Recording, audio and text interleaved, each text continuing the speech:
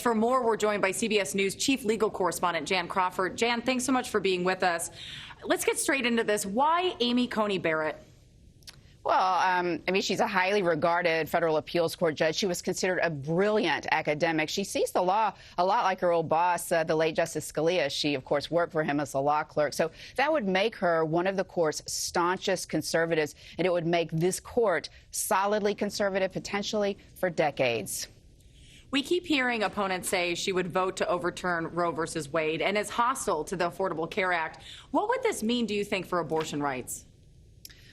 Well, she has said, I mean, she doesn't think the court will ever overturn kind of the core holding of Roe, which is that a woman obviously has a constitutional right to an abortion. And she's indicated she'd be more respectful of Supreme Court precedent than some of the justices, like Justice Thomas. But she could be, I think, a vote to chip away at Roe. As an appeals court judge, she dissented from opinions that struck down some state restrictions on abortion, including a law that would have required parental notification for minors seeking abortions. And she's on health care. She's also been critical of the Affordable Care Act's requirement that the Supreme Court has since struck down, which required religious employers to provide access to birth control and abortion drugs. But it's unclear how she would rule. There's a different Obama case now before the court being argued in November.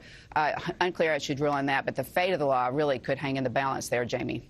Well, the president has said that he wants her confirmed before November 3rd, so it's not 4-4 tie if the election goes to the Supreme Court. But how do you really think this plays out, and can Congress actually get her approved before the election? They could. I mean, Democrats are going to do everything they can to block it, but if Republicans hold together, I mean, there's not a lot that Democrats can do. I mean, remember, it's 38 days to the election. Another important date, 99 days before this session of Congress ends. So they could get it done. Is it unprecedented? No. I mean, Congress has, in the past, confirmed justices in less than a month. But today's confirmation battles, they're a war. It's going to be interesting to see if they can do it in less than the average now, which is 2.5 months. Jamie. Jan Crawford, thank you so much.